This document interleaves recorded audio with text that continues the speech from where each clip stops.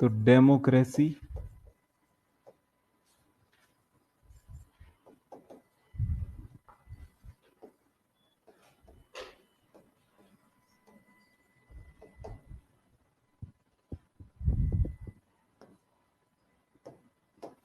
तो આવું ચલાવ્યું હશે ને, of the people, by the people and for the people.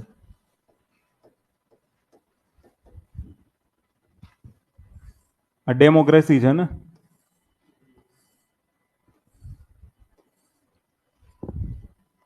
Done. ત્રણ શબ્દો શીખવાડ્યા હતા મેં તમને, ત્રણ નહીં શીખવાડ્યા હોય ને. સૌથી પહેલું તો અબ્રાહમ લિંકને શું કીધું હતું, ડેમોક્રેસી શું છે. તો ડેમોક્રેસી એક એવી સરકાર છે, તો એમાં પહેલો શબ્દ છે ઓફ ધી પીપલ, એટલે લોકોનું. ઓકે, લોકો દ્વારા કાં તો લોકો વડે, અને લોકો ફોર ધી પીપલ એટલે લોકો માટે ચાલતું શાસન. સમજ પડી? તો લોકોનું છે ને ડેમોક્રેસી એટલે શું, લોકોનું. લોકોનું મીન્સ શું, લોકોનું મીન્સ શું, લોકોનું મીન્સ શું? એમ વન પર્સન વન વોટ, એનો મતલબ શું થયો કે એક વ્યક્તિ એક વોટ આપી શકે છે, એટલે બધા સમાન રીતે પોતાનો પ્રતિનિધિ ચૂંટશે. બરાબર? અને એ પ્રતિનિધિની શું બનશે, સરકાર બનશે. તો ફરી પાછો એક શબ્દ આવી ગયો કે ગવર્મેન્ટ ઓફ ધી પીપલ. સમજ પડી? અચ્છા, હું એમ કહું છું કે આપણા બંધારણમાં ક્યાંય એવું લખ્યું છે કે કુળદેવીની અસીમ કૃપાથી બંધારણમાં અનુચ્છેદ નંબર 1? સમજ પડી? એ જ કહું છું, એવું કંકોત્રીમાં લખાય, બંધારણમાં લખાય. એનો મતલબ એવો છે કે બંધારણ સામે ધર્મય કાંઈ નથી. એક નારો સાંભળ્યો છે ને, હમસે જો ટકરાયેગા મિટ્ટી મેં મિલ જાયેગા. તેવી જ રીતના બંધારણ માટે એવું જ થયું ને. બંધારણ માટે બોલો તો કે હમસે જો ટકરાયેગા મિટ્ટી મેં મિલ જાયેગા. ધર્મ ટકરાશે? પોસિબલ જ નથી. કોઈ વસ્તુ નહીં ટકરાય. જે બંધારણ સામે ટકરાશે ને એને કેશવાનંદ ભારતી યાદ આવશે કે મૂળભૂત માળખું છે, તમે શાંતિ રાખો, નહીં તો ટાળ દેવું તમને. સમજ પડી? એટલે લોકોનું. અચ્છા, હું એમ કહું છું કે આજકાલ લોકો એવું બોલે છે કે મોદી સરકાર, મોદી સરકાર, મોદી સરકાર. અચ્છા, મોદી સરકાર કે લોકોની સરકાર? તો પછી એ લોકો કેમ એવું બોલે કે મોદી સરકાર? સમજ પડી? પછી લોકોની સરકાર કે બંધારણની સરકાર?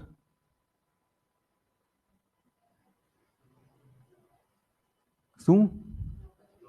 લોકોની સરકાર. તો લોકોની સરકાર, લોકોને પાવર ક્યાંથી પડે છે, મળે છે? બંધારણમાંથી. સમજ પડી? માન લો કોઈ એમ કહી દેશે કાલ સવારે આપણો પ્રધાનમંત્રી, આપણે માની થોડા લેશું. આપણી પાસે આપણા ફંડામેન્ટલ રાઇટ્સ છે. અનુચ્છેદ નંબર 326 છે. ડેમોક્રેસી છે ભારતમાં. એક વ્યક્તિ એક વોટ કરશે, જેને સૌથી વધુ વોટ મળશે એ બંધારણમાં લખ્યું છે એ પ્રમાણે વોટથી જીતશે. એટલે આપણી ત્યાં કોનું શાસન છે? લોકોનું શાસન છે. સમજ પડી? કે આપણી ત્યાં આપણે એક પ્રતિનિધિને ચૂંટીએ છીએ કે જે આપણી માટે કામ કરશે. બીજો એક શબ્દ કયો શીખવાડ્યો આપણે? લોકો દ્વારા. આવું જ શીખા ને કે બીજું કંઈ? તો લોકો દ્વારાનો અર્થ શીખવાડ્યો કે બાકી છે? હે? લોકો દ્વારાનો મતલબ આપણે શું લીધું હતું? પ્રતિનિધિ લોકતંત્ર. લોકો દ્વારાનો આપણે શું અર્થ લીધો હતો? પ્રતિનિધિ લોકતંત્ર. અને પ્રતિનિધિ લોકતંત્રનો અર્થ શું થાય છે? કે લોકતંત્રની અંદર લોકોની ભાગીદારી હોવી જોઈએ. અને એ લોકોની ભાગીદારીમાં ભૂમિકા કોણ ભજવશે? સરકાર અને લોકો પોતે. શીખવાડ્યું તો. સરકાર આજકાલ લોકોની ભાગીદારી વધારવા માટે ઓનલાઈન પ્લેટફોર્મ યુઝ કરે છે, અને લોકો પોતાની ભાગીદારી વધારવા માટે પોતે આંદોલનનો માર્ગ અપનાવે, અને કાં તો રાઇટ ટુ રિજેક્ટ જેવા અધિકારોની માંગણી કરશે. સમજ પડી? રાઇટ ટુ રિકોલ બી લાવી શકે છે.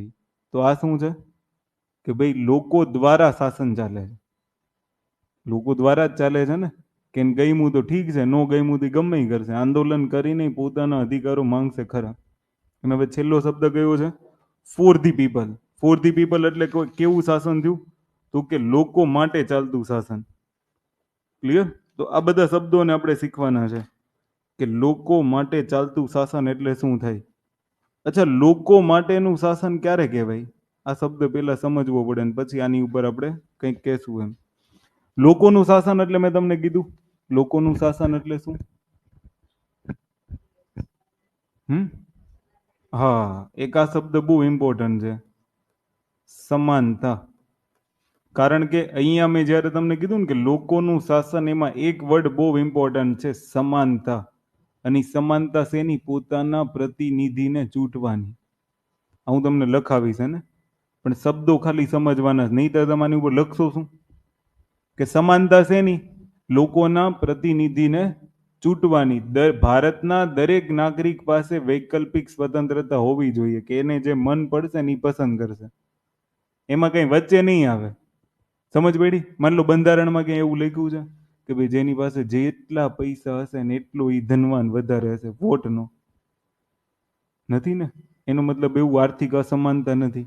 ક્યાંય એવું લખ્યું છે કે આ ધર્મના આટલા વોટ, આ ધર્મના આટલા વોટ, આ ધર્મના આટલા વોટ? એવું કઈ નથી. એનો મતલબ શું છે? સેક્યુલર છે. સમજ પડી?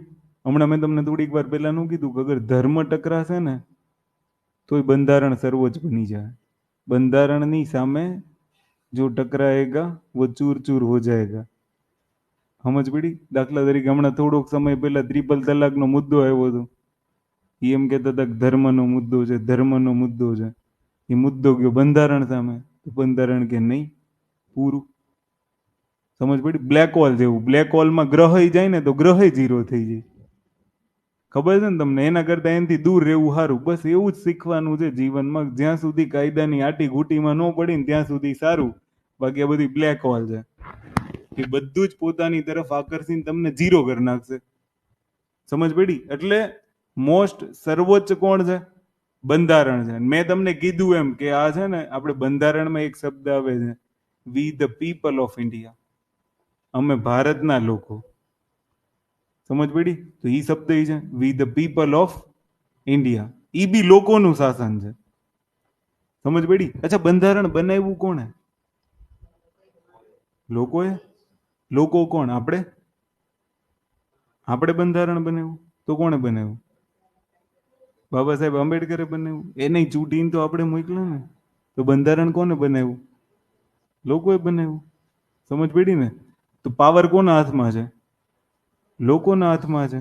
એટલે લોકોનું શાસન. સમજ પડી? અને બીજું શું છે? લોકો માટે શાસન.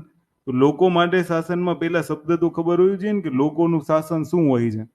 અચ્છા, જ્યારે લોકોનું શાસન હોય ત્યારે લોકો શું ઈચ્છે? માન લો કે અત્યારે તમે એવું ઈચ્છો છો ને કે તમારું શાસન છે, તો તમે શું ઈચ્છો? જલ્દી. એક શબ્દ આજે શીખવાનો છે, ફોર ધી પીપલ. બેઝિક બાબતો શીખતા શીખતા છે ને હજી 2-3 લેક્ચર લાગી જશે. પછી જ આ પોલિટી ભણવાની ઓરિજિનલ મજા છે. ત્યાં સુધી તમને કઈ આવડશે નહીં. Four the people. અહીં આપણે શું લખીએ છીએ? લોકો માટેનું શાસન. અચ્છા, લોકો માટેનું શાસન ક્યારે કહેવાશે? જ્યારે રાજનીતિક સમાનતા મળે. રાજનીતિક સમાનતા કયા પ્રકારની? જલ્દી. રાજનીતિક સમાનતા કયા પ્રકારની? હમણાં કીધું ને તમને, 1 પર્સન 1 વોટ. આપણે અહીંયા ધીરુભાઈ અંબાણી જઈ તો 2 બટન દબાવે કે 2 બટન દબાવે શું થાય? વોટ રિજેક્ટ થઈ જાય. ઓલો કે ટૂંટું બોલવા માંડે. જબરું જબરું ફોકસ છે બસ તારું. સમજ પડી? ક્લિયર? તો આને તમે યાદ રાખી લેજો. ધીરુભાઈ અંબાણીના છોકરાઓ જાય ને તો બટન એક જ દબાવવાનું. બીજું બટન દબાવશે ને તો વોટ રિજેક્ટ થઈ જાય અને ટૂંટું ન થાય. ટૂંટું તો એક દબાવો ને એમાંય થાય. ટું જોરથી બોલશે. સાઉન્ડ બંધ થાય ને પછી વીવીપેટમાં ચિઠ્ઠી નીકળે કે હા, તમે આ આર્ટિફિશિયલ એજન્ટને આપ્યું છે. અચ્છા, નમૂના માટે એક શબ્દ છે પ્રોપર, મને કઈ આઈડિયા નથી આવતું. નમૂનાને અંગ્રેજીમાં શું કહેવાય? સેમ્પલ નહીં. દરેક વાતમાં સેમ્પલ નો હોય, કેમેસ્ટ્રી ભાષામાં સેમ્પલ કહેવાય. પણ આને તમે યાદ રાખજો, રાજનીતિક સમાનતાનો મતલબ શું છે? One person one vote. સમજ પડી? આ વન પર્સનમાં કોઈ પણ આવે. હું એમ કહું છું ધીરુભાઈ અંબાણી મતલબ કે રિલાયન્સ આવી જાય, તો કે આવી જાય. તો રિલાયન્સ નહીં એક વોટ છે, બરાબર, અને સામાન્ય નાગરિક નહીં એક વોટ છે. તેનો મતલબ શું છે? આર્થિક સમાનતા છે. તો એક પાસું તો એવું થયું ને કે રાજનીતિક સમાનતામાં આર્થિક સમાનતા છે. સમજ પડી? અચ્છા, હું તમને એમ કહું એક વસ્તુ તમે સમજો કે ચર્ચમાં કોણ હોય? પાદરી. મસ્જિદમાં કોણ હોય? અચ્છા, કઈ કે ને સારું કે ભાઈ મોલાના. મંદિરમાં પૂજારી. તો હું એમ કહું છું કે રામ મંદિરનો પૂજારી જાય તો કેટલા વોટ? બરોબર. માન લો કોઈ મસ્જિદ હોય મોટી, બરાબર, જેમ કે અજમેર છે, ઓલા અજમેરમાં છે ને દરગાહ, એના અગર મોલાના જાય કોઈ પણ મતલબ ત્યાંના હેડ જાય તો કેટલા વોટ? ગોવાનું કોઈ મોટું ચર્ચ હોય ને એના અગર એક પાદરી જાય તો કેટલા વોટ? મતલબ ધાર્મિક સમાનતા છે. સમજ પડી? તો રાજનીતિક સમાનતામાં ધર્મ નહીં જોવાય. ઓકે, તો કેવી સમાનતા છે આમાં? ધાર્મિક સમાનતા છે. અચ્છા, એક વસ્તુ તમે સમજો, સરદાર પટેલ વોટ આપવા જાય તો 2 વોટ, 1 વોટ. Very good. અચ્છા, માન લો ડોક્ટર બાબા સાહેબ આંબેડકર વોટ આપવા જાય તો 1 જ વોટ. ગમે એ જાય 1 વોટ જ. તો જાતિ, લિંગ. સમજ પડી તમને? ઐશ્વર્યા રોય આપશે ને તોય 1 વોટ, અને એનો ઘરવાળો અભિષેક આપશે ને તોય 1 વોટ. સમજ પડી? જયા બચ્ચન આપે તો 1 વોટ, અને અમિતાભ બચ્ચન આપે ને તોય 1 વોટ. મતલબ આમાં જાતિ, લિંગ આવું કશું છે નહીં. મતલબ આની સમાનતા છે. અચ્છા, તમે આવા ચાર્ટ દોરો છો? સ્માર્ટ નહીં બનતા, હું લખાઈ દઈશ આવું. તમે ખાલી સાંભળા કરો, શબ્દ જ સમજમાં નહીં આવે તો. હું તમને છે ને પેલા શબ્દ સમજાવવાની ટ્રાય કરું છું, હે ને?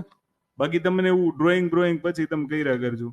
એનો મતલબ એમ છે કે રાજનીતિક સમાનતાનો સીધો સાદો અર્થ એવો થાય છે કે વન પર્સન વન વોટ એટલે એ ખાલી એક શબ્દ નથી, એવું તમને શીખવાડે છે કે ત્યાં તમામ પ્રકારની સમાનતા છે.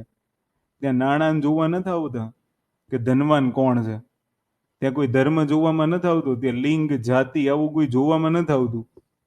સમજ પડી?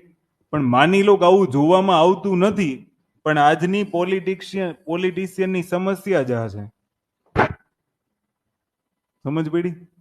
કે માન લો કે આવું બંધારણ નથી જોતું, હે ને? બંધારણે તો શું કીધું છે કે ભારત સૌથી મોટો લોકતાંત્રિક દેશ છે ને ભારતનું બંધારણ સાબિત કરે છે. કારણ કે એમાં દરેક નોર્મ્સ એટલી રીતના લખ્યા છે, દરેક એક્ટ એવી રીતના બનાવવામાં આવ્યા છે.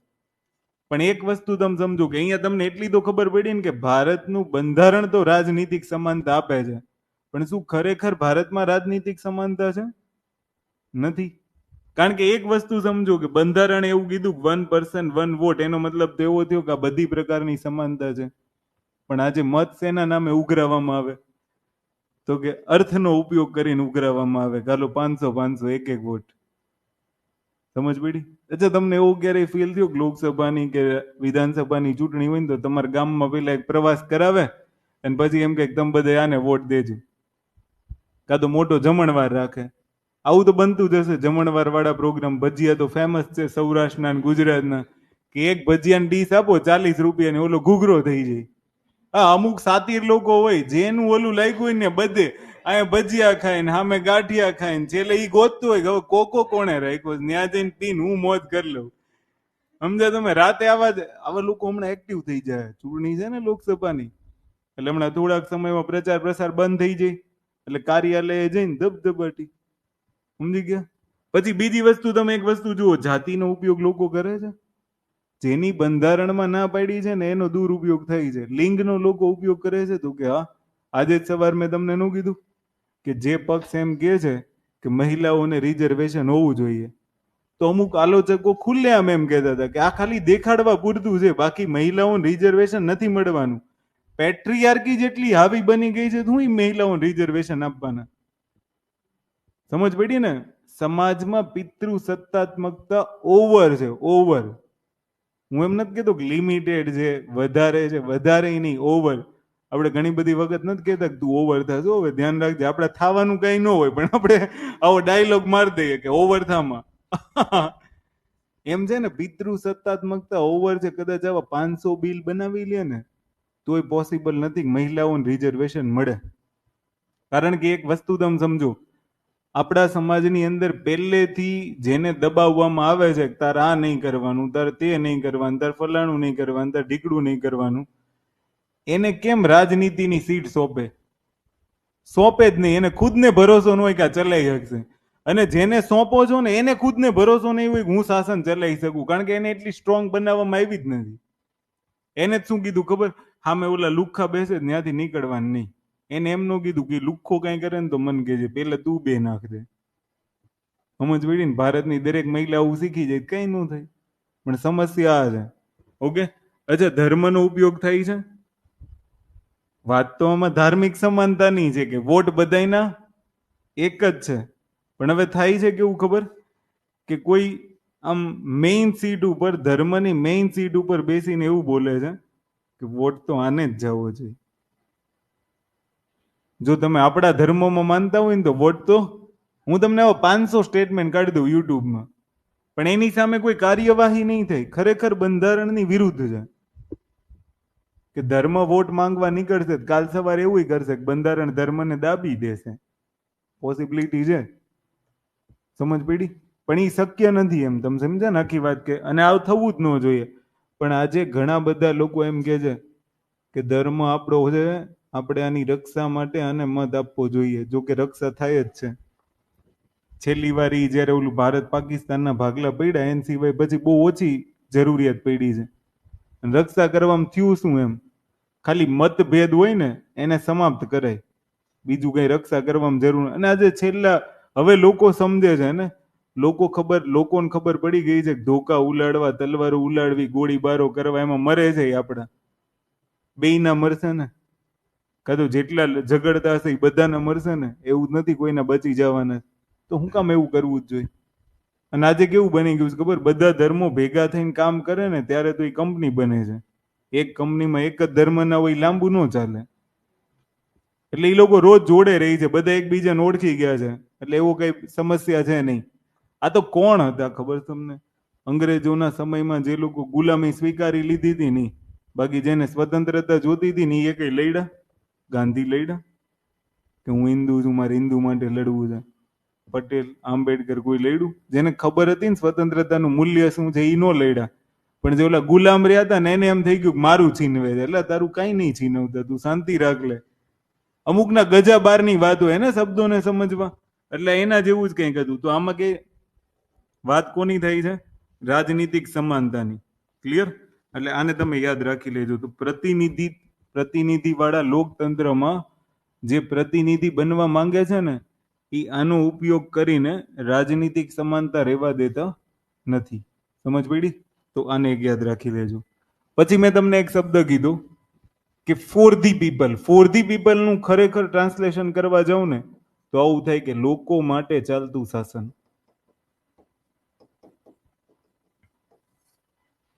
સીધો અર્થ આનો શું થાય? લોકો માટે ચાલતું શાસન. લોકો માટે ચાલતું શાસન ક્યારે કહેવાય? આને તમે ધ્યાન રાખી લેજો. અચ્છા, હું તમને એમ કહું છું કે સરકાર પાસે આમ તમે આશા શું રાખો કે કેવી ગવર્મેન્ટ જોઈને તમે વોટ આપો? તો કે મારે વોટ જ નહીં આપવું. હું કેમ વિચારું? હું પણ જનરલી તમને કહું ને તો તમારા મનમાં બે બાબતો જ ઘૂમતી હશે. ઓકે, એક તમારે શું જોઈએ ખબર? શું જોઈએ? તું કે રોટી કપડા મકાન. Famous dialogue. શું જોઈએ? રોટી કપડા ઓર મકાન. લોકો માટે ચાલતું શાસન ક્યારે કહેવાશે તમને ખબર છે? તો કે એની અંદર મહત્વની બે બાબતો છે. એક તો લોકોને એમ થાય કે અમને સુરક્ષા પ્રદાન થાય. સમજ પડી? અને એક લોકોને શું જોઈએ છે? વિકાસ. સૌનો સાથ, સૌનો વિકાસ કે વિશ્વાસ. ઘણી બધી લાઈનો જોડી દીધી છે ને આજકાલ તો. 4-5 શબ્દો તો એ લોકો એની જોડે બોલે જ છે. સમજ પડી? કે સબકા સાથ, સબકા વિશ્વાસ, પછી ના ના ના ના, સબકા વિશ્વાસ સબકા સાથ એવું કઈ કે જે હોય એ જોડ લેજો ને તમે. અચ્છા, આજે હું તમને એમ કહું છું કે તમારે કઈ કઈ પ્રકારની સુરક્ષા જોઈ છે.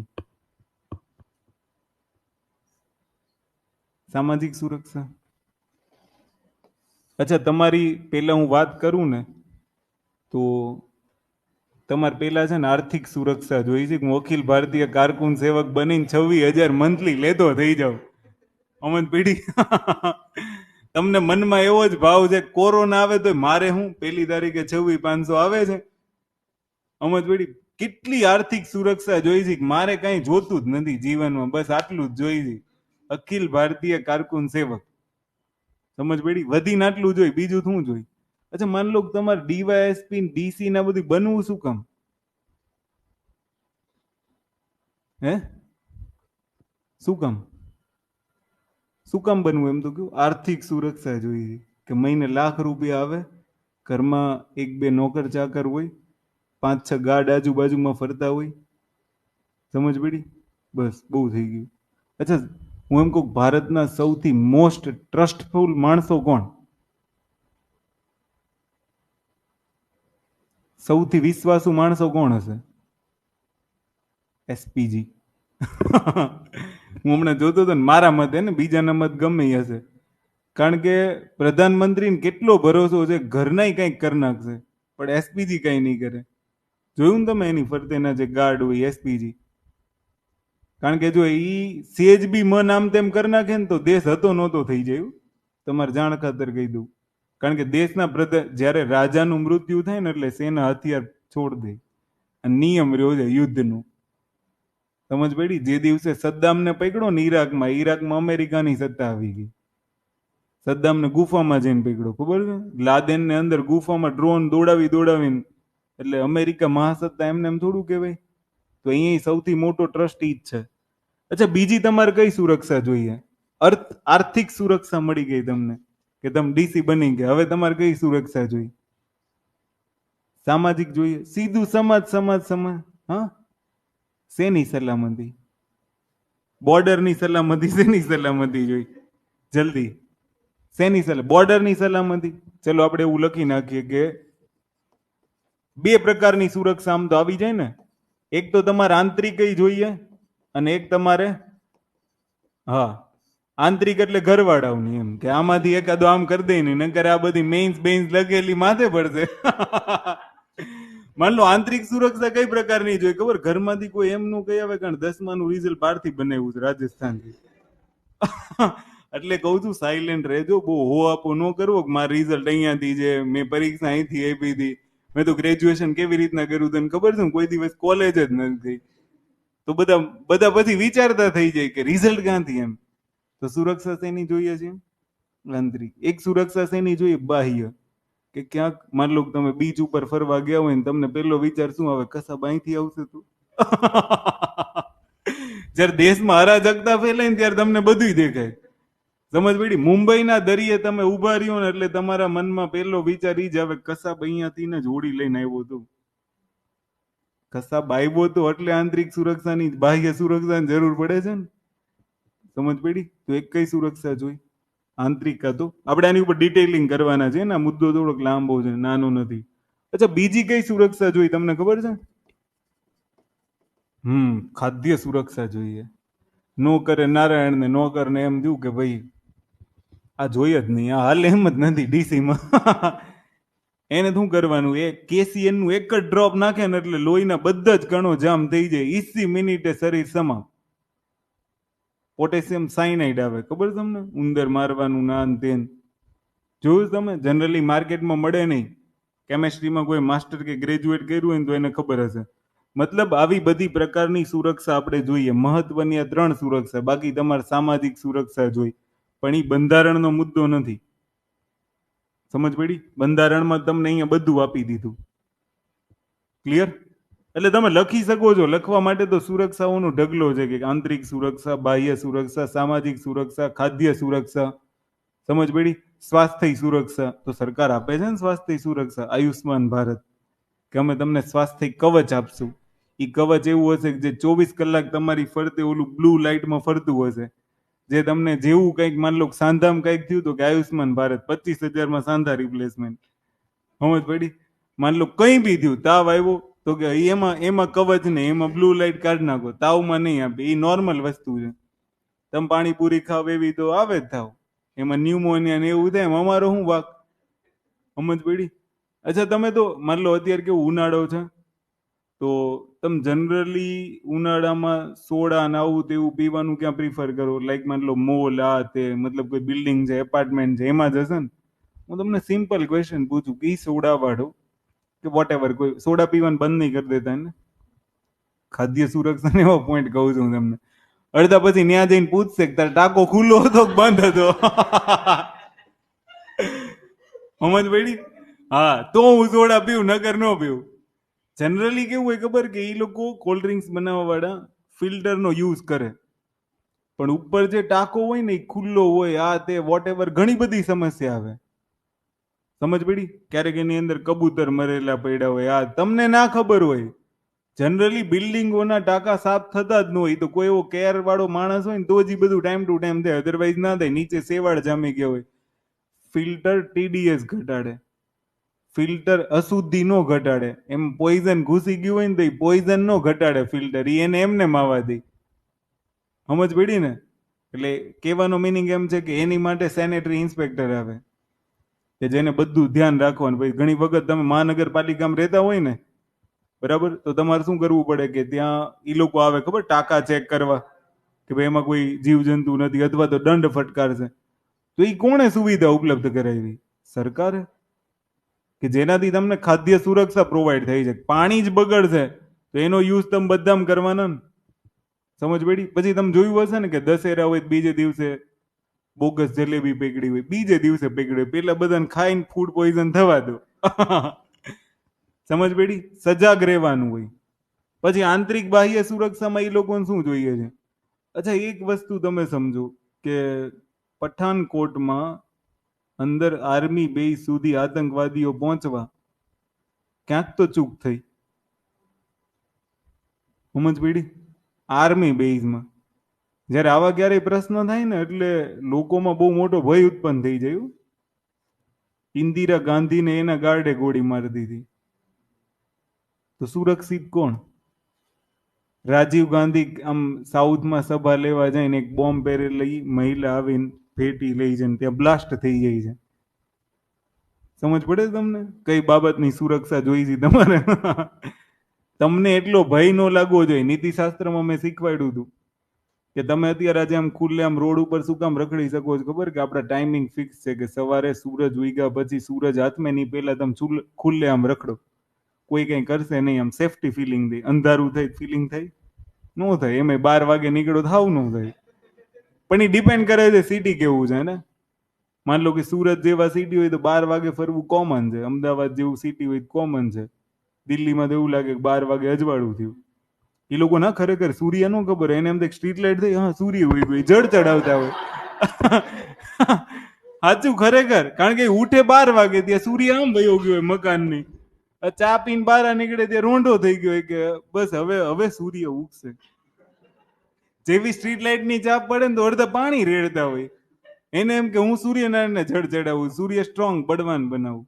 અચ્છા તમને એ ખબર છે જેનો સૂર્ય સ્ટ્રોંગ હોય ને એ કઈ પાછા ન પડે, એ ખબર છે? એટલે લોકો સૂર્યનારાયણને જળ ચડાવે, એવું જ્યોતિષ શાસ્ત્ર કહે છે. હવે એવું તમે વિચારતા નહીં તને કેટલા શાસ્ત્ર આવડે છે, પેલા કહી દે પછી એમ બધું સાંભળી. એવું નથી, પણ આને ધ્યાન રાખજો. ખાદ્ય સુરક્ષા જોઈએ, આંતરિક જોઈએ, બાહ્ય જોઈએ. સવાલો ઘણા થાય ને, માન લો કે તમે ઘણી બધી વખત એવું સાંભળ્યું કે જમ્મુ કાશ્મીરમાં કાં તો નોર્થમાં આર્મીના ટ્રક નીકળ્યા ને તો ત્યાં બ્લાસ્ટ થયું. હું એમ કહું છું કે એને ખબર કેમ પડી કે આર્મીના ટ્રક આટલા વાગે જ અહીંયાથી નીકળવાના? કાંઈક તો ચૂક થઈ.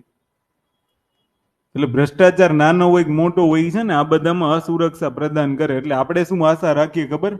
લોકો માટે ચાલતું શાસન ત્યારે જ કહેવાય કે જ્યારે આપણને આ બધી સુરક્ષા મળે. આર્થિક સુરક્ષાનો મતલબ એવો કે ધીરુભાઈ અંબાણી પાસે લઈને તમને ભાગ પાડી દઉં, ગયો તમારા બધાના. આર્થિક સુરક્ષામાં બંધારણમાં બધું જ લખ્યું છે કે અમે તમને રોજગારના અવસર પ્રદાન કરશું. સમજ પડી? પણ એવું નથી લખ્યું કે 5 વર્ષ સુધી તમે ડાયટા રહ્યો આમાં, કે રોજગાર ન મળે ત્યાં સુધી લડી લો. સમજ પડી? રોજગારના અવસર પ્રદાન કરશે. તમારામાં કેપેસિટી હોય ને એ પ્રકારનો રોજગાર લો. કોઈના પ્રોત્સાહન વાળો રોજગાર રોજગાર કહેવાય? હું તમને એમ કહું ખાખી મળી જાય, ખાખી મળી જાય, ખાખી મળી જાય, એને રોજગાર કહેવાય? એને રોજગાર નો કહેવાય. રોજગાર કોને કહેવાય? તમને ઇન્ટરેસ્ટ હોવો જોઈએ ને, લાગ્યા પછી કામ કરવાનો શોખ હોવો જોઈએ. સમજ પડી? પછી માન લો ઘણા બધા એવા મેં જોયા છે કે જે લાગી જાય ભાઈ મહિનામાં થાકી જાય, એને એમ થાય નથી જોતા 26,000. આજ મને ઘણા આઈટી એન્જિનિયર ને આ બધા બને ને ત્યારે એને બહુ એવું ફિલિંગ થાય, એવું જ વિચારે 40-50 હજાર તો મને નોર્મલી મળે, તો હું કેમ ગવર્મેન્ટ નું પ્રેશર લઉં? સમજ પડી ને? ઘણા કેવું હોય, એને એમ કે હું કોન્સ્ટેબલ બની જંગ જીતી જાઉં, પણ પછી એને ખબર પડે કે 26,000 કઈ ન થાય. માન લો તમે એવું નક્કી કરી લીધું કે મારે ભ્રષ્ટાચાર નથી કરવો, તમે 30 વર્ષની ઉંમરે 26,000 પગાર ઘરમાં લાવો તો સારો? એટલો જ નાઇટ વોચમેન નું હોય. સમજ પડી ને? નાઇટ વોચમેનમાં કોણ હોય જનરલી? જે રિટાયર્ડ થવા આવ્યા હોય ને, જેને આમ કમાઈ ન કમાઈ પોકેટ મની માટે જ ખર્ચ કરવાનો ઈ. આપણે તો હજુ ઘણું બધું કાપવાનું છે. 30 ને 30 60 30 વર્ષ કમાવા માટે, એટલે 26,000 5 વર્ષ કાઢવા સહેલી વાત નથી. એમાંય માન લો જેવી નોકરી એવી છોકરી ગોતવા નીકળે તો ઈ નીકળે 10-15 લાખ નો ખર્ચો ઈ થઈ જાય. તો આપણે તો વ્યાજ નહીં ન થાય. 10 લાખનું વ્યાજ 20,000 થાય, તો 6,000 6,000 ઘર ચાલે? એટલે કોમન સેન્સ છે. તમે જુઓ, હું ઘણી બધી વખત વિચારતો હોય કે આ બધા ગવર્મેન્ટ ઓફિસરો ગાંધીનગરમાં લાગીને એક રૂમમાં કેમ રહે બધે, પણ કંઈક વધવું તો જોઈએ ને.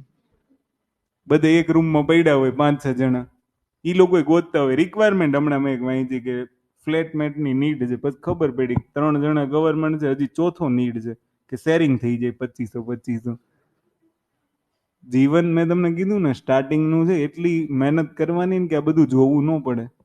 એટલે આને જોજો, મતલબ સુરક્ષા જોઈ છે. અને આ સુરક્ષા મળશે ને ત્યારે શું હશે કે તમને સરકાર આ બધું પ્રોવાઈડ કરાવે ને ત્યારે તમને એમ લાગશે કે તમે જે પ્રતિનિધિ ચૂંટીને મોકલો છે ને એ તમારી માટે છે. તમે જે સરકાર બનાવી ને એ કોની માટે છે? ત્યારે ત્રીજો શબ્દ સાબિત થાય, ફોર ધી પીપલ.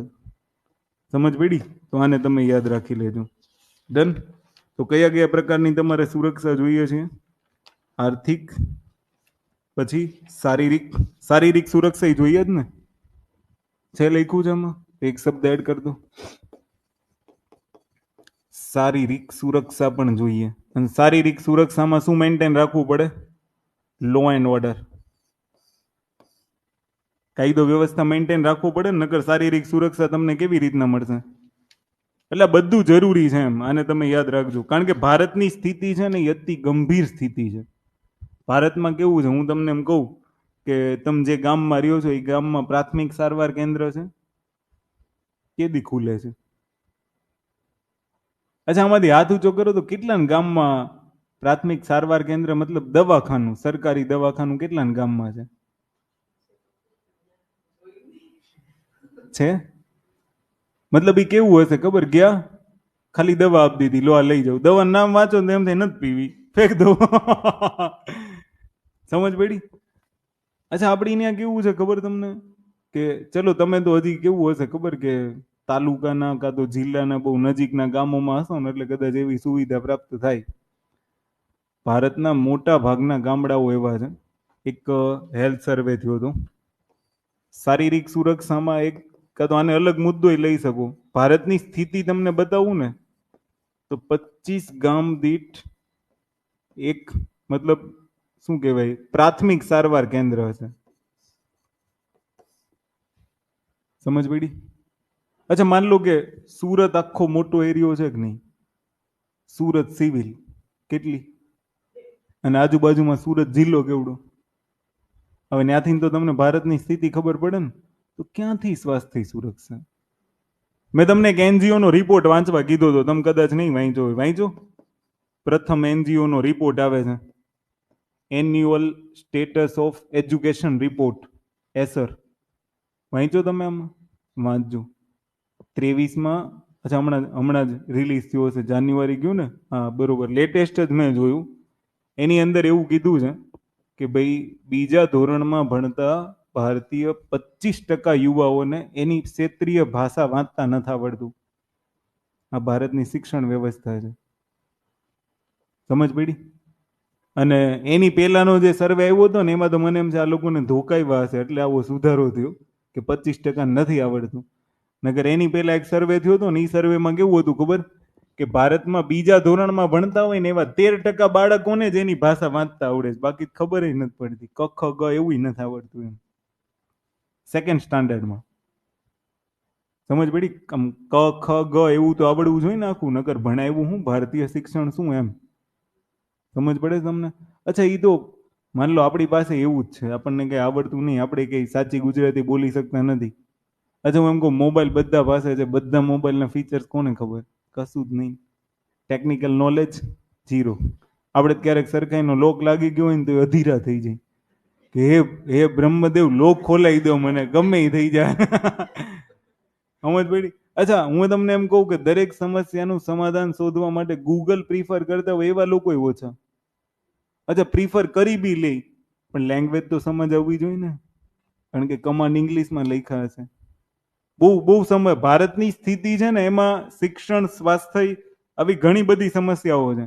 હાયર એજ્યુકેશનમાં એટલી સમસ્યા છે. તમારું હાયર એજ્યુકેશન જોઈ લો ને, તમારું ગ્રેજ્યુએશન જે ફિલ્ડમાં, અચ્છા પેલા તો ગવર્મેન્ટમાં એવા જ લોકો આવ્યા છે જેણે કોઈ દી કોલેજ જોઈ જ નથી. એનું નામ એક્સટર્નલ. સમજ પડી? તો તમને એજ્યુકેશન શું મળ્યું? કશું નહીં. અચ્છા, માન લો કે તમે સીધા કોલેજ ગયા, બરોબર, તો એ તમને જે પેલું શું કહેવાય વ્યવસાય લક્ષી શિક્ષણ મળવું જોઈએ ને, વોકેશનલ ટ્રેનિંગ મળવી જોઈએ, એવી કેટલી મળી? તમારા પ્રોફેસરોએ કોઈ દી બળજબરીથી કીધું હોય આની જરૂર છે શીખી લેજે? અચ્છા, પણ એ સમયગાળો એવો હતો કે તમારે શીખવું નહોતું, ઓલે કીધું હોય તોય તમને એમ થતું હોય કોણ ધંધા કરે. અમે કમાવાનું શું કામ? કમાવાનું તો ત્યારે તમને ખબર પડી કે જ્યારે તમે થોડાક મેચ્યોર થયા.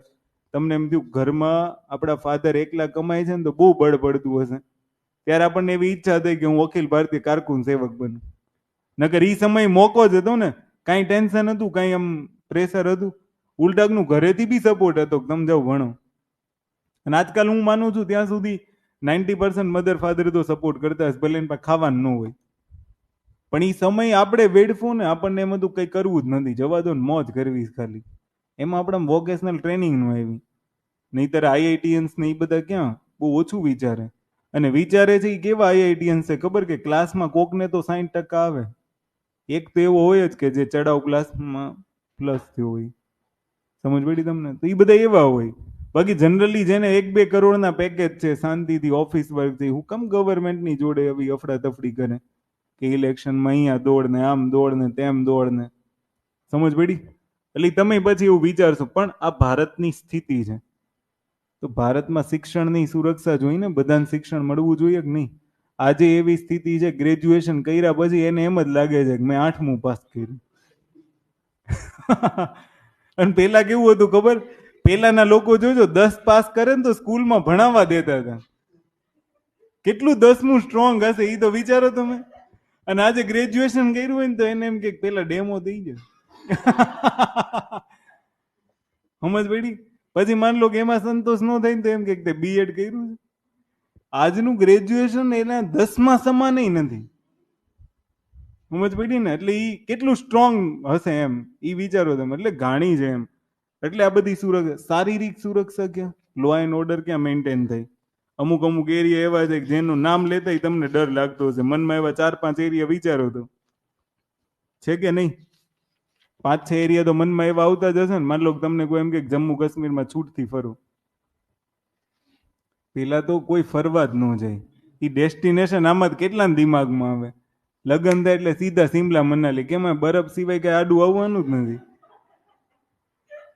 સમજ પડી? જેન કેની તો છબી એવી ઊભી કરી દીધી છે ને કે કોણ હામું બોમ્બ પહેરીને આવી જાય ને એનું જ નક્કી નથી. એમ કે આલ્યું આઈસ્ક્રીમ, આઈસ્ક્રીમ ખાતા પેલા અડધે આઈસ્ક્રીમ બહાર કાઢ લે હાથથી, કે લાઈક કોનમાં અંદર જોઈ લો કે આમાં કઈ નથી ભર્યું ને. ને કામ હું એના ટાર્ગેટમાં આપણે હિટ થઈ જવું. લેના નકર દેના પડી જા. એટલે સુરક્ષાનો ભાવમાં શારીરિક સુરક્ષા બહુ મેટર કરે છે. લો એન્ડ ઓર્ડર જ્યાં મેન્ટેન હશે ને ત્યાં બધું ફીલ થશે, અધરવાઇઝ થાય. અચ્છા, માન લો તમારી સિટીમાં કોઈ બાઇકર્સ ફરવા માંડે. અચ્છા, હું એમ કહું છું કે બાઇકર્સ ફરવા, છોકરીઓની છેડતી થવી, ગમે ત્યાં બ્લાસ્ટ કરવા, આ લોકો માટે ચાલતું શાસન છે કે ઈ લોકો માટે ચાલતું શાસન છે? સમજ પડી? હું એમ કહું છું કે એક ગરીબ માણસને કોરોનામાં ટ્રીટમેન્ટ ન મળવી અને અમીર માણસને બેડ મળી જવો એ બી સિવિલમાં, તો એ લોકો માટે ચાલતું શાસન છે કે ઈ લોકો માટે ચાલતું શાસન છે? સમજ પડી? લોકો માટે ચાલતું શાસન ક્યારે કે હું એમ કહું છું કે તમે આ વખતનું ખાદ્ય સુરક્ષાનો ઇન્ડેક્સ જોશો ને તો 125 માંથી ભારત 111માં દેશ ઉપર છે. આ છે લોકો માટે ચાલતું શાસન? સમજ પડે તમને? આ કોની માટે ચાલતું શાસન છે? હેપીનેસ ઇન્ડેક્સ જોવો ને તો છેલ્લેથી બીજા નંબરે હોય ભારત. એટલે આ લોકો માટે ચાલતું શાસન છે એમ કહેવાનો મિનિંગ તમે સમજો. ભડકાવતો નથી ને, સેજ બી ભડકાવ ભાષણ નથી આ.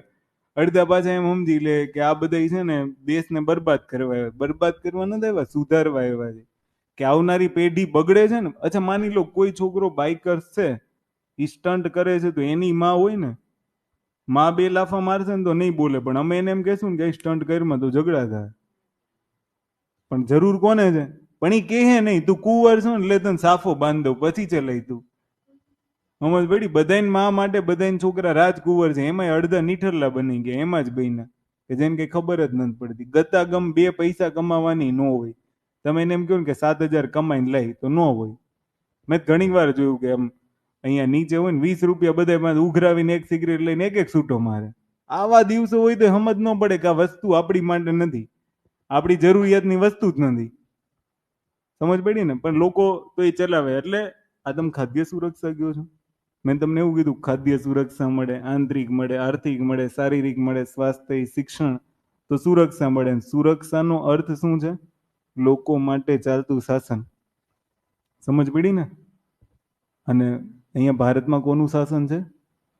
લોકોનું. સરકાર કોની છે?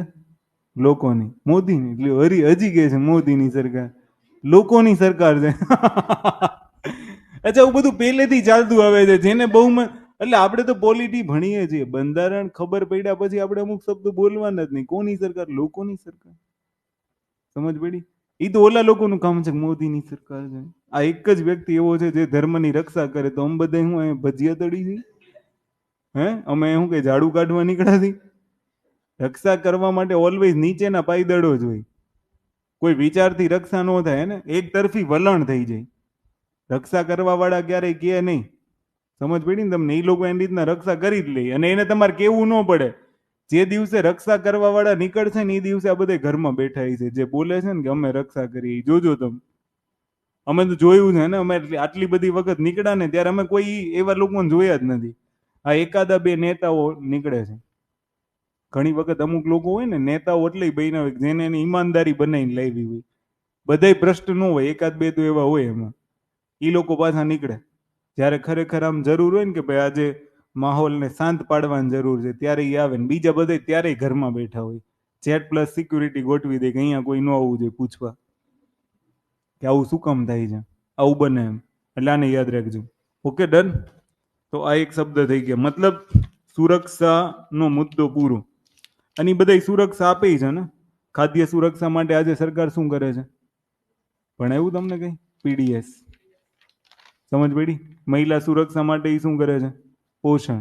સ્વાસ્થ્ય સુરક્ષા માટે એ શું કરે છે? આયુષ્માન ભારત. શિક્ષણ સુરક્ષા માટે એ શું કરે છે? સર્વ શિક્ષા અભિયાન. કેટલી યોજનાઓ મનમાં આવે એ લખો ને, આનો નિષ્કર્ષ તમારો ઈઝી બની જશે. ઓકે, ત્યાર પછી આપણે જોઈએ પ્રકારનો જોઈ છે. તું જે બોલે છો ને એ હવે આમાં આવશે કે આજે આપણે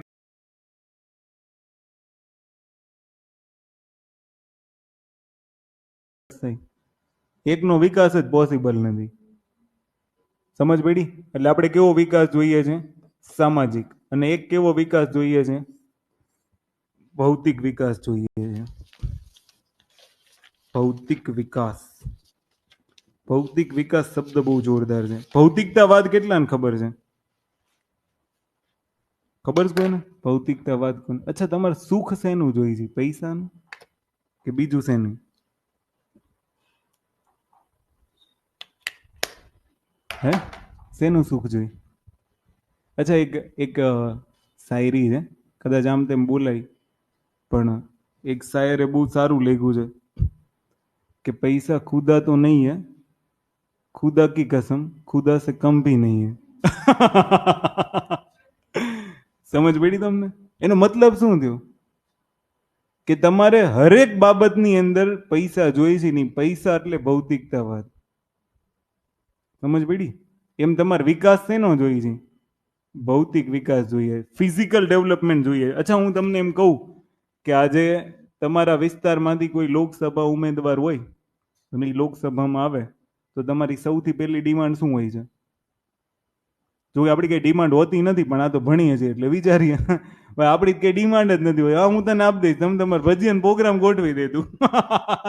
આપણી ડિમાન્ડ ભજીયા અને વણેલા ગાંઠિયા ને બસ ચટણી દેવાનું ભૂલતો નહીં, એટલે અમે 1% 1 વોટ કમ્પ્લીટ કરી દેવું તને. માન લો આ જ વસ્તુ અગર એક 60 ml નો પેક, સારી બ્રાન્ડ હોવી જોઈએ, દેશીથી ઠાયકા જેવા આતરડા હળી ગયા. સમજ પડી? અચ્છા, તમને તમારે જાણે દિલ્હીમાં અમે પૈસા આમ દઈને વોટ લેતા જોયા છે.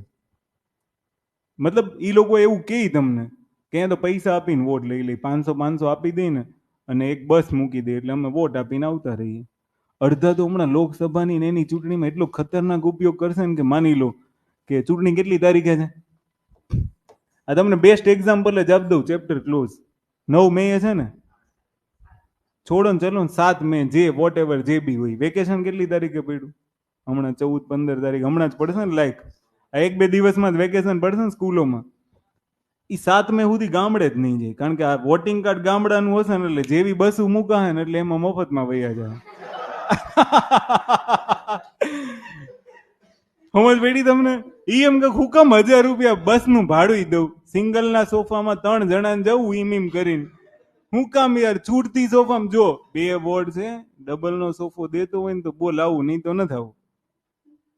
અરે કાયદેસર ડીમાં ઓલો એમ કે ડબલ નહીં, તને 4 દે, ઉપર નીચે આરોડ દે તું.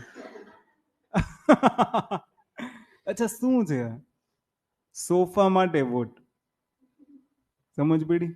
અચ્છા, આ લોકોનું શાસન છે? અચ્છા, લોકો માટે ચાલતું શાસન છે? સમજ પડી ને? મેં તમને કીધું નહીં કે જે પાર્ટી મહિલા રિઝર્વેશન બિલ લાવે છે ને, એ પાર્ટીએ ગુજરાતમાં મહિલા 4 જ રાખી, ખાલી 26 આઉટ ઓફ 4 થઈ ગયું ને 33% રિઝર્વેશન.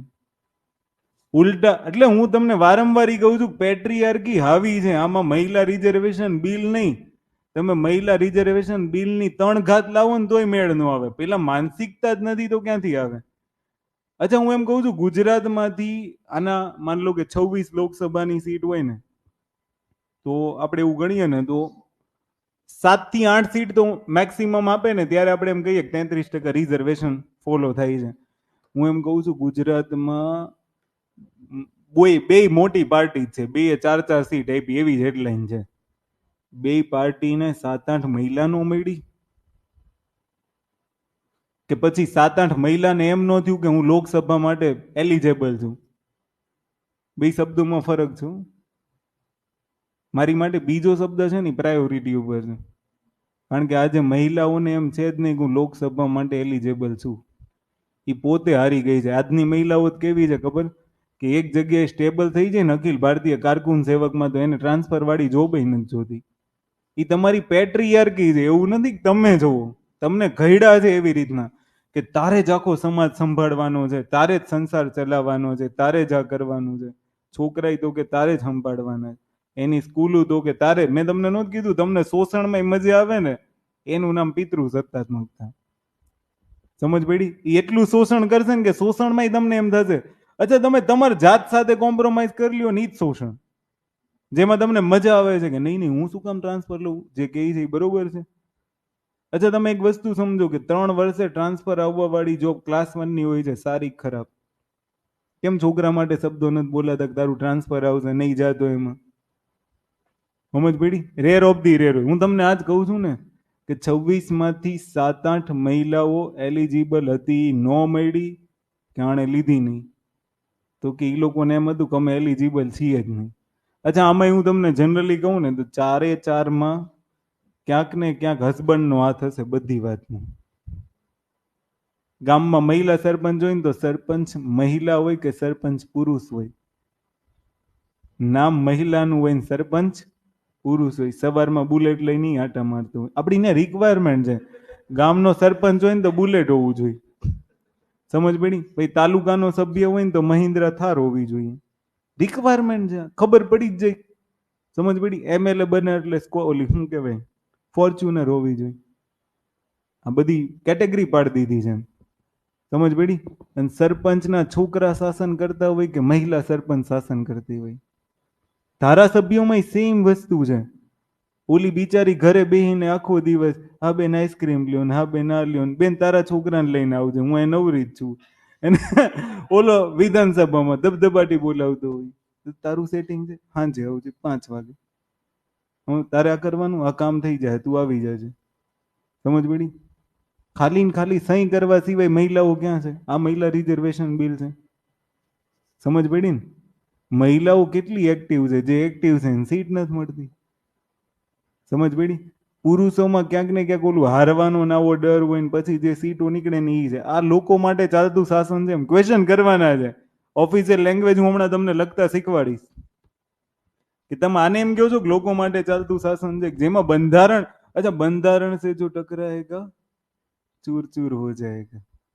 તો આ તો સાલા ચૂરય નથી થતા ને બીજી વાર ચૂરય નથી થતા. એ તો મોજ કરે છે, 4 સીટે અમે જિંદાબાદ. મહિલાઓને ખબર નથી ને કે રિઝર્વેશન 7-8 સીટનું હતું. સમજ પડી? અને ખબર છે તો મૂંગા શું કામ છે? મૂંગામાં શોષણ થાય. 33% સીટ તો ફરજિયાત ભરવી જોઈએ, નકર મહિલાઓ નક્કી કરી લે કે નથી આપવા આ વખતે મત. રિઝર્વેશન આપીને નહીં એ લઉં. હું તમને એમ કહું છું કે 100 સીટ બહાર પડે એમાં 30% રિઝર્વેશન હોય તો જીપીએસસી લખીને આપે છે ને કે 130 મહિલાઓ લેવામાં આવશે. નહીં મળે તો મહિલા સિવાય કોઈને નહીં લઈએ. તો હું એમ કહું છું કે 33% રિઝર્વેશન બિલ પાસ થયું છે, કાયદામાં એવું લખવું હતું ને ફરજિયાત 33%. અને જો લખ્યું હોય તો આનું એનું ઉલ્લંઘન છે. સમજ પડી તમને? એટલે આ બહુ કહાનીઓ છે. આ લોકો માટે ચાલતું શાસન છે એમ. અચ્છા માન લો કે એમાંથી કોઈ તમારી પાસે આવે કે મને મત આપજો, તમે શું કહો? ગામના રસ્તા હરખા કરાય પેલા. આવું તમે કયો નહીં, પણ કયો તો સીધા જીપ આવી જાય. કારણ કે 2 કોન્સ્ટેબલોને ભેગા રાખીને જ આ બધી સભા થતી હોય. એટલે જનરલી તમે આવું બધું બોલશો એમ. બીજું તમે શું કહો? બાજુના ગામમાં રેલવે સ્ટેશન છે, અમારે એમ ક્યારે આપશું? આપ્યું જાઉં. તથાસ્તુ. અત્યારે એક શબ્દ બહુ ફેમસ હશે, શું? તથાસ્તુ. જે માંગવું હોય માંગો, બધું જ મળશે. સમજ પડી? જે માંગવું હોય. શું માંગવું તમારે? તમે એમ કહેશો કે અમારે ડેમ બનાવી દે, બરોબર? હવે ક્યારેક ટ્રાય કરવી તમારે. માન લો તમારા ગામમાં ડેમ હોય ને ઓલરેડી, તમે એમ કહો ને અમારા ગામમાં હજી એક ડેમ બનાવો, એની ઉપર બનાવી દે. માહોલ એવો છે ને, ઈ આને સમજે છે કે અમે વિકાસ કર્યો છે. સમજ પડી? અચ્છા તમે બીજું શું માંગો? કે મારા ઘરે સોલાર નથી. સમજ પડી? તો ઉર્જા માટે સ્કીમો લાગુ કરી દેશે. સોલાર લગાવે પાર રહેશે. ગમે એમ કરીને બાટલો નો તો ઘરે બાટલો આપી ગયા, ઉજ્જવલા યોજના. એ ગાલ્યું કે ધુમાડા બંધ કરી દો કે. સમજ પડી? આ ફૂ ફૂ કરીને પછી તમે રોવો અમને ન પોહાય. તમે આમાં નો રોવો ને એ અમને પોહાય. પણ ધુમાડામાં કોઈ મહિલા રોવી ન જોઈએ. સમજ પડી? બાકી આમાં રોહો ને એ અમે સહન કરી લેવું. કેટલી મહિલાઓને અંદરથી એમ છે. અચ્છા જેને ઘર ન હોય એ શું માંગે? આવાસ. તો પ્રધાનમંત્રી એમ કહે છે કે પ્રધાનમંત્રી આવાસ યોજના, અમે આવાસ આપશું એમ. સમજ પડી? તો આ બધું શું છે? આ બધું તમારું ભૌતિક વિકાસ છે. બધું ફિઝિકલ તમને દેખાય છે ને? સમજ પડી? પછી આ બધું આપણે જોતા હતા ને, આ બધો કેવો વિકાસ હતો? દેખાતો નથી. તમે એને આમ ટચ નથી કરી શકતા. 5 ઇન્દ્રિયોનો અનુભવ થાય ને એને ભૌતિક વસ્તુ કહેવાય. સમજ પડી? પણ જેના ખાલી સેન્સ હોય ને, શિક્ષણ શું છે? અચ્છા તમે મારામાં શિક્ષણ જોવો છો? ભાવનાઓમાં આવી જતા નહીં. હા હું જોઉં છું, દેખાય છે કે તારામાં 25% છે. આ બધા બ્લડ કોર્સમાં એવું જ લખ્યું 25% શિક્ષણ. દેખાય ના દેખાય? એ બધું શું તમે શેની માટે? સામાજિક વિકાસ. કે લોકોની હેલ્થ સુધરે, લોકોનું એજ્યુકેશન સુધરે. સમજ પડી? કે લોકોને સારી હોસ્પિટલો પ્રોવાઈડ થાય. તો આ બધો સામાજિક વિકાસ છે. અને આ ડિમાન્ડ તમારી ઓલવેઝ હોય છે. ક્લિયર? અને આમાં એક શબ્દ આપણે કયો વિકાસ જોઈએ છે? કયો વિકાસ જોઈએ છે? અચ્છા, મારો વિકાસ થવો જોઈએ, તમારો થવો જોઈએ, કે બધાનો થવો જોઈએ? એની માટે શબ્દ કયો છે? સમાવેશી વિકાસ. સમજ પડી? ઇન્ક્લુઝિવ ડેવલપમેન્ટ થવું જોઈએ. કેવો વિકાસ થવો જોઈએ? સમાજનો સમાવેશી વિકાસને. સમાવેશી વિકાસનો મતલબ શું? કે ભારતના છેવાડાના નાગરિકને એ જ સુવિધા મળવી જોઈએ જે એક મહાનગરમાં રહેતા નાગરિકને મળે છે. વિકાસની એટલી જ તકો ગામડામાં રહેતાના નાગરિકોને મળવી જોઈએ જેટલી શહેરના નાગરિકોને મળે છે. એને શું કહેવાય? સમાવેશી વિકાસ. ક્લિયર? તો આને તમે યાદ રાખજો. જ્યારે સમાવેશી વિકાસ થાય અને જ્યારે લોકોમાં સુરક્ષાનો ભાવ આવી જાય ને, એટલે એને શું કહેવાય? લોકો માટે ચાલતું શાસન. શું આવવું જોઈએ? જ્યારે લોકોમાં શું થાય? સુરક્ષાનો ભાવ આવી જાય. બે શબ્દો શીખવાડ્યા તમને. અને જ્યારે એનો વિકાસ થાય તો ત્યારે એને શું કહેવાય? લોકો માટે ચાલતું शासन. लिखने की बात अब लिखना है फटाफट, જલ્દી પેરેગ્રાફ પાડીને લખવા માંડો. હેડિંગ આપી દો લોકોનું, કાં તો લોકો માટે ચાલતું શાસન, ફોર ધી પીપલ. અંગ્રેજીમાં લખજો ને, ગુજરાતીમાં તમારે જે લખવું હોય અંગ્રેજીમાં લખી નાખજો હેડિંગમાં, ફોર ધી પીપલ.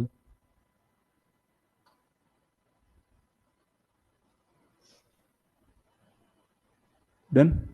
અને ફોર ધી પીપલમાં લખો પહેલો શબ્દ કે કોઈ પણ દેશમાં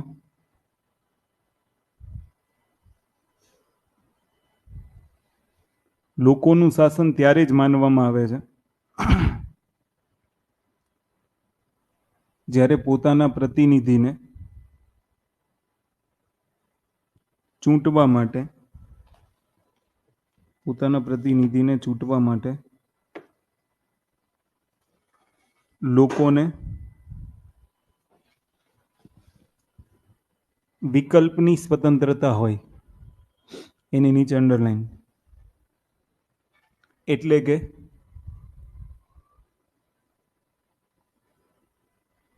જ્યારે જુદી જુદી વિચારધારા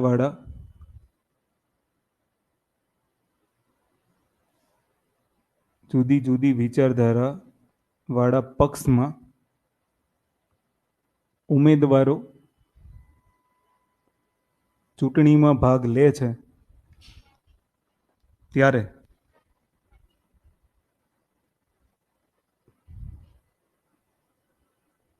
નાગરિકો ને તે ઉમેદવારોને મત આપવાની સ્વતંત્રતા હોય છે. બ્રેકેટમાં એવું લખી નાખજો, 1 person 1 vote.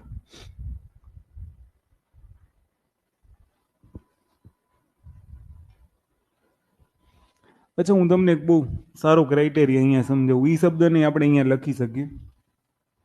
ફોર એક્ઝામ્પલ, માન લો કે એ બી સી ડી ભારતની ચૂંટણી કયા પ્રકારે થાય. ફોર એક્ઝામ્પલ માની લો કે 100 મત છે. ભારતમાં કુલ નાગરિકો કેટલા છે? 100. આપણે એવું માનીએ કે આને 35 મળ્યા, આને 30 મળ્યા, આને 25 મળ્યા અને આને 10 મળ્યા. 100 થઈ ગયા. ચૂંટણી વિનર કોણ બનશે? એ જીતશે. કોણ ચૂંટણી? સમજ પડી? હું એમ કહું છું, ભારતની મોટા ભાગની જનતા વિચારધારા સાથે સહેમત જ નથી. માન લો આ એ પક્ષ છે, આ પક્ષ છે, આ કોણ છે? જો આની વિચારધારા એમ હશે કે હું આ ધર્મની રક્ષા કરું, આની વિચારધારા એમ હશે કે હું સર્વ ધર્મની રક્ષા કરું. આને એક કોઈ ધર્મ પર્ટિક્યુલર પકડી લીધું. આની વિચારધારા એવું હશે ધર્મ હોવો જ નહીં જોઈએ, હું બંધારણ માટે છું. સમજ પડી? અને આની વિચારધારા એવું છે કે મારે સાબિત કરી દેવું છે કે લોકો માટે ચાલતું શાસન છે. લોકોને આ તો ગમતું જ નથી. સમજ પડી? એટલે અચ્છા, આને એમ કહેવાય કે વિકલ્પની સ્વતંત્રતા છે, જેને જે વિચારધારા પસંદ કરવી હોય એ મળે છે. નો કહેવાય. લિખને કી બાત. લખો પેરેગ્રાફ પાડી કે આ વિકલ્પ વધુ સારા ઉમેદવારોને ચૂંટવા માટે હોવો જોઈએ.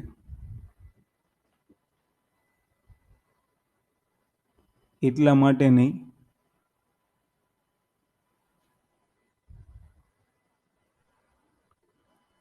કે જે ઉમેદવાર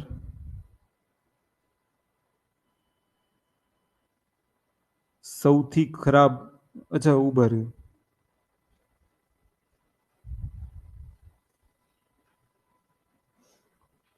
શું લખ્યું? એવું લખવાનું હતું, જે લોકો સૌથી ખરાબમાંથી એક ઓછા ખરાબ ઉમેદવારને, જેમાં લોકો સૌથી ખરાબ ઉમેદવારમાંથી એક ઓછા ખરાબ ઉમેદવારને પસંદ કરે તો તે સાચા અર્થમાં લોકતંત્ર હશે નહીં. તો તે સાચા અર્થમાં લોકતંત્ર હશે નહીં. તો હવે આપણે એવી વાત કરીએ કે સાચા અર્થમાં લોકતંત્ર કહેવાય કોને? તો પહેલો શબ્દ લખો, રાજનીતિક સમાનતા. રાજનીતિક સમાનતા. એમાં લખો સમાનતાનો અર્થ, સમાનતાનો અર્થ વન પર્સન વન વોટના સિદ્ધાંતનું, વન પર્સન વન વોટના સિદ્ધાંતનું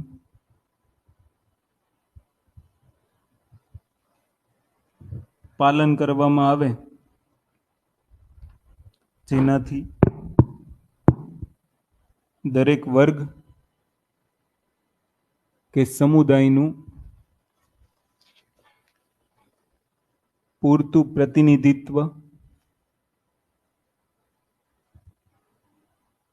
પૂરતું પ્રતિનિધિત્વ નક્કી કરે છે, જે રાજનીતિક સમાનતાને દર્શાવે છે.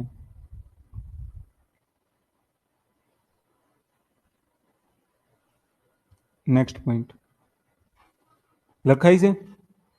લખજો હે ને આ વખતે, મારી માટે નોટ બહુ ઇમ્પોર્ટન્ટ છે. સારા અક્ષર ન લખાય ને તો આપણે 0.5ની સ્પીડમાં એમ બોલીશું. પણ લખવું ઇમ્પોર્ટન્ટ છે. લખાઈ ગયું? ન લખાય તો બિંદાસ કહેજો. અક્ષર સારા થવા જોઈએ. ભલે પોલિટી 5 મહિને પૂરું થાય, આમાં તમે મહિના જ પૂરા કરવા આવ્યા છો. અક્ષર તો સારા. આ તો તમે છે ને બાનું કાઢો. હું એમ કહું નોટ લઈ ગઈ સર, બહુ સ્પીડમાં બોલ્યા ને એમાં લખાણું નહીં, તો શું કામનું? સમજ પડી ને? એવું ન થવું જોઈએ. લખો રાજનીતિક સમાનતા,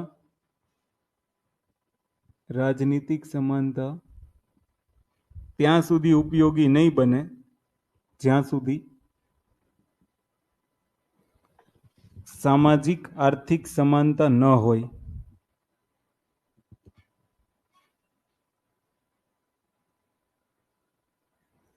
જે રાજ્યમાં સામાજિક આર્થિક અસમાનતા હશે ત્યાં વિવેકપૂર્ણ મતદાનની સંભાવના, ત્યાં વિવેકપૂર્ણ મતદાનની સંભાવના ઓછી હોય છે. એ નીચે અંડરલાઈન કરજો.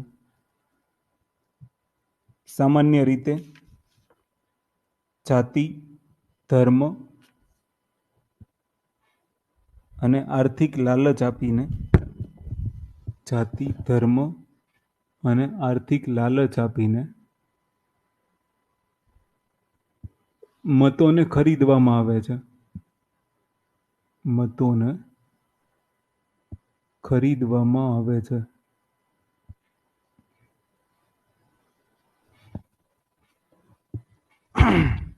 અને પ્રતિનિધિ લોકો પ્રત્યે જવાબદાર રહેતા નથી. સાચી જ વાત છે ને? એ તો તમને એમ કે છે 500 આપીને મત લીધા છે, ક્યાં મફત લીધા છે. આપણે ઘણી બધી વખત નથી બોલતા ફી ભરીને રહું છું, ક્યાં મફત રહું છું. આપણે બોલીએ ને શાળામાં તો એવું કહીએ જ ને કે ફી ભરીએ છીએ એટલે છોકરો ભણવા આવે છે. તમારે મારવા બારવા નહીં, મફત નથી ભણાવતા તમારને છોકરાઓને, પણ એને ખબર જ નથી કે આમાં તારું છોકરું બગડશે, અમારું શું જાય. તારો છોકરો ભલે ને બેન્ચીસ ઉપર ચડીને ડાન્સ કરે, ભલે ને માઇકલ જેક્સન થાય. સમજ પડી? અમને શું ફરક પડે એમ. પછી લખો લોકો માટે ચાલતું શાસન. એના બે છે ને, પેલા આવી રીતના, હવે છે ને આવી રીતના લખી નાખો કે લોકો માટે ચાલતું શાસન, સુરક્ષા, પછી આ બધી સુરક્ષા બતાવી દો, પછી વિકાસ, ભૌતિક વિકાસ અને સામાજિક વિકાસ. આટલું ડ્રોઈંગ કરી નાખો ફટાફટ. અને વિકાસ છે ને, વિકાસ એમાં એક એની નીચે શબ્દ એડ કરજો સમાવેશી વિકાસ. અને સમાવેશી વિકાસ એટલે શું? બધાનો વિકાસ, કાં તો સૌનો સાથ સૌનો વિકાસ, એટલું લખ નાખો તોય ચાલશે. આ શબ્દ યાદ રાખજો, સૌનો સાથ સૌનો વિકાસ, એ કોની ડેફિનેશન છે? આ તો યાદ રાખી લેજો. સમાવેશી વિકાસની ડેફિનેશન છે સૌનો સાથ સૌનો વિકાસ, સૌનો સાથ સૌનો વિશ્વાસ સૌનો વિકાસ.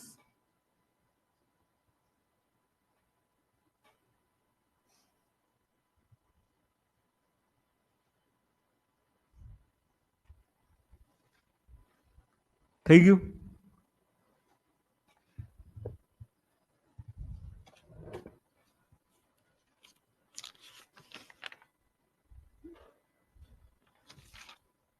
लिख लिया आप लोगों ने? लखो, पहलू लखो भौतिक विकास. भौतिक विकास, भौतिक विकास में लखो कि લોકતંત્રમાં લોકો, લોકતંત્રમાં લોકો પોતાના પ્રતિનિધિને ચૂંટે છે. લોકતંત્રમાં લોકો પોતાના પ્રતિનિધિને ચૂંટે છે અને તેની પાસે અપેક્ષા રાખે છે કે તે એવી નીતિ બનાવે, કાં તો એવી નીતિ કે યોજના બનાવે, બ્રેકેટમાં લખજો જેનાથી અમે બધા લૂંટાઈ જઈએ. લોકો એવી અપેક્ષા રાખે છે કે એવી નીતિ અને યોજના બનાવે કે જેનાથી લોકોનો વિકાસ સુનિશ્ચિત થાય. એક્ઝામ્પલ તરીકે લખું આ બધું કે એવા રસ્તા બનાવે બીજે દિવસે ખાડામાં અમે હમાઈ જઈ. બ્રેકેટ બધા પૂરવા જેવા છે. એવી રેલવે બનાવે જેમાં ભેંસ આડી આવે, એવો ડેમ બનાવે ટૂટા ભેગું ગામ ડૂબી જાય. અચ્છા, આપણે એવી જ અપેક્ષા રાખી છે ને સરકાર પાસે. અને પછી બ્રેકેટમાં છેલ્લે એવું લખજો 4-5 સ્ટાર કરીને કે આ બધું થયા પછી અમારાથી કઈ ન થાય ને એવી સરકારની અપેક્ષા છે તમને.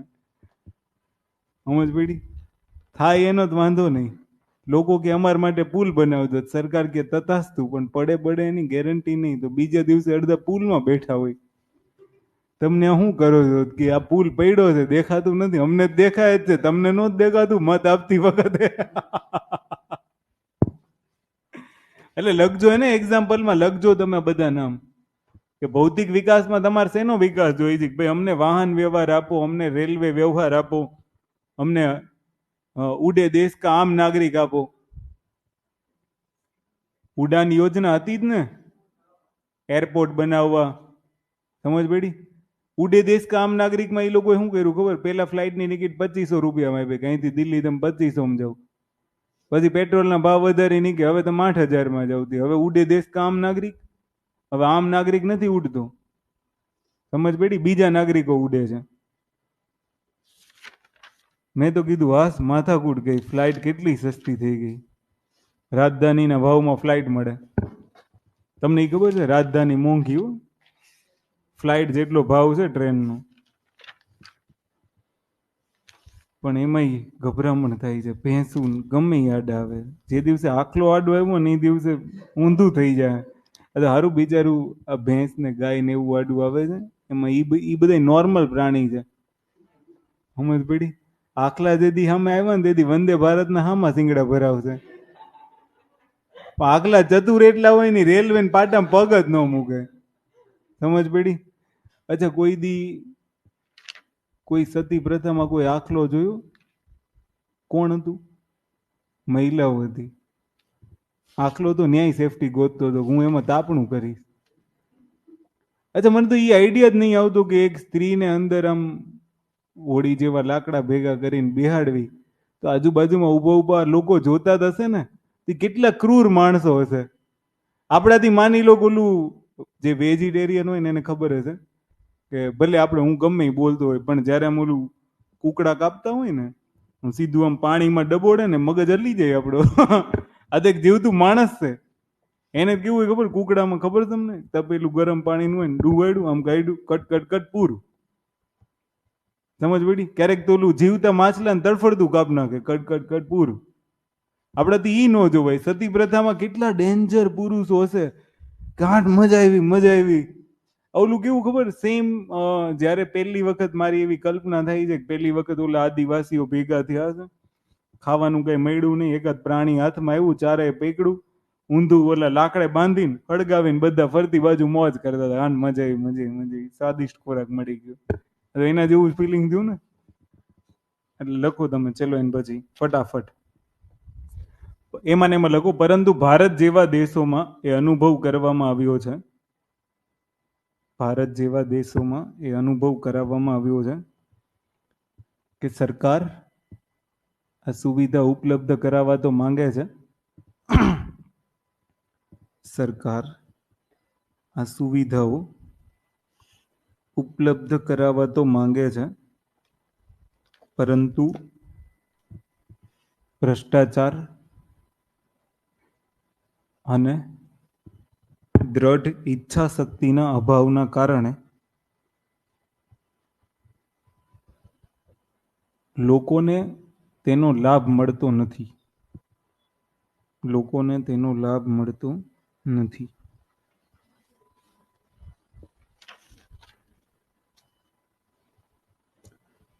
નેક્સ્ટ, આ પરિસ્થિતિઓ આપણે ઉર્જા, આવાસ, આઈટી જેવા ક્ષેત્રોમાં અનુભવીએ છીએ. સરકારે ડિજિટલ ઇન્ડિયા,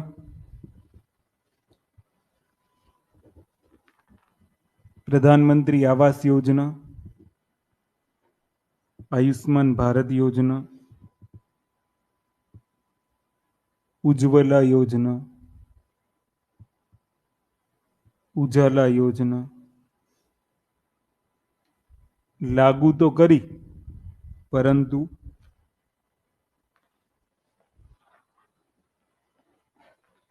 જે જનતાને તેનો લાભ મળવો જોઈએ તેને તેનો લાભ મળ્યો નહીં, તેને તેનો લાભ મળવો મુશ્કેલ હતો. અચ્છા, આવું જ છે કે નહીં? હું તમને એક વસ્તુ સમજાવું કે પ્રધાનમંત્રી આવાસ યોજના, તો ઘણા બધા બેઘરો એવા છે કે જેને ઘર મળવા જોઈએ. પણ હવે હું તમને એમ કહું કે પ્રધાનમંત્રી આવાસ યોજનાની ડોક્યુમેન્ટેશન જ એટલી અઘરી રાખી છે ને કે જેને ઘર નથી ને એની પાસે એટલા ડોક્યુમેન્ટ હોય જ નહીં. હું તમને એક વસ્તુ એમ કહું, તમે એક વસ્તુ સાંભળો. પ્રધાનમંત્રી આવાસ યોજના 20,000 રૂપિયા ડિપોઝિટ ભરવાની અને કંઈક 101 રૂપિયાનું ફોર્મ આવે છે. જેની પાસે ઘર ન હોય એનું બેંકમાં અકાઉન્ટ હોય, સિમ્પલ વસ્તુ છે ને.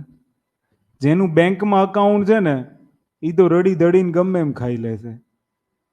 ઓરિજિનલમાં ભારતની ગરીબીને દૂર કરવું હોય, ભારતનો વિકાસ કરવો હોય, જરૂરિયાત કોને છે? જેને ઘર નથી ને એને ઘર મળે. ચલો ને માની લે, હું એમ નથી કહેતો જેનું બેંક અકાઉન્ટ હોય એને ઘર ન જ મળવું જોઈએ, પણ પ્રાયોરિટીમાં કોણ હોવું જોઈએ? કે જેની પાસે ઘર નથી. તેવા કેટલાય પરિવાર છે. સમજ પડી તમને? તો વસ્તુ ક્યાં આવીને ઊભી રહે છે કે 20,000 રૂપિયા ડિપોઝિટ એવા લોકો પાસે છે કે જેની પાસે ઓલરેડી ઘર છે, એટલે ફોર્મ એ જ ભરે છે. બાકી ઓલા લોકો જો 20,000 ભરી દે ને તો વર્ષમાં 2-3 મહિના તેને ભૂખ્યું રહેવું પડે. સમજ પડી?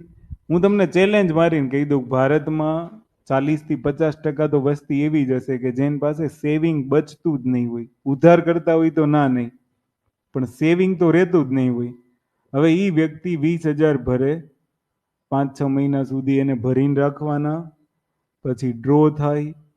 એ ડ્રોમાં કેવું થાય તો તમને ખબર જ છે કે ડ્રો કેવી રીતના થાય છે. સમજ પડી? પછી એમાં મકાન ન લાગે. 1 વર્ષ પછી તમારા 20,000 રૂપિયા છૂટા થઈ. જેની પાસે ઘરમાં ખાવાના નથી એના 2 વર્ષે 20,000 પાછા આવે. એ શું કરે? તમારે કરાવવું જ હોય તો એવું કરાવો ને કે આગલે દિવસે તમે 20,000 ભરાવ્યા, બીજે દિવસે તમે વેરીફાઈ કરો, ત્રીજે દિવસે હાલો ને ચલો ને અઠવાડિયામાં છૂટા કરી દો મતલબમાં, તો એ લોકોને ફાયદો થાય. પણ એવું નહીં, આને કહેવાય દ્રઢ ઈચ્છા શક્તિનો અભાવ છે. હું એમ કહું છું કે સરકારી નોકરીમાં પદ આપવું જ છે તો તમે લાંબો સમય ખેંચો છો શું કામ? તમે એક સમય એવો હતો કે જ્યારે એક મહિનામાં રિઝલ્ટ આપી દેતા હતા. માન લો કે ડિસેમ્બરમાં એક્ઝામ લેવાની, જાન્યુઆરીમાં રિઝલ્ટ. એવું હવે કેમ નહીં? દ્રઢ ઈચ્છા શક્તિનો અભાવ છે. સમજ પડી ને? સરકાર ધારે કરી શકે. એટલે વસ્તુ બધી બહુ ડિફરન્ટ ડિફરન્ટ છે. તો બાકીનું આપણે કાલે લખાવશું. આજે આટલું ડન. અને જોઈ લેજો, આટલું લખી લેજો. અને ઓનલાઈન વાળાને કોઈ સ્કીપ ન કરે, કારણ કે લખવાની કળા નહીં આવે નહીંતર.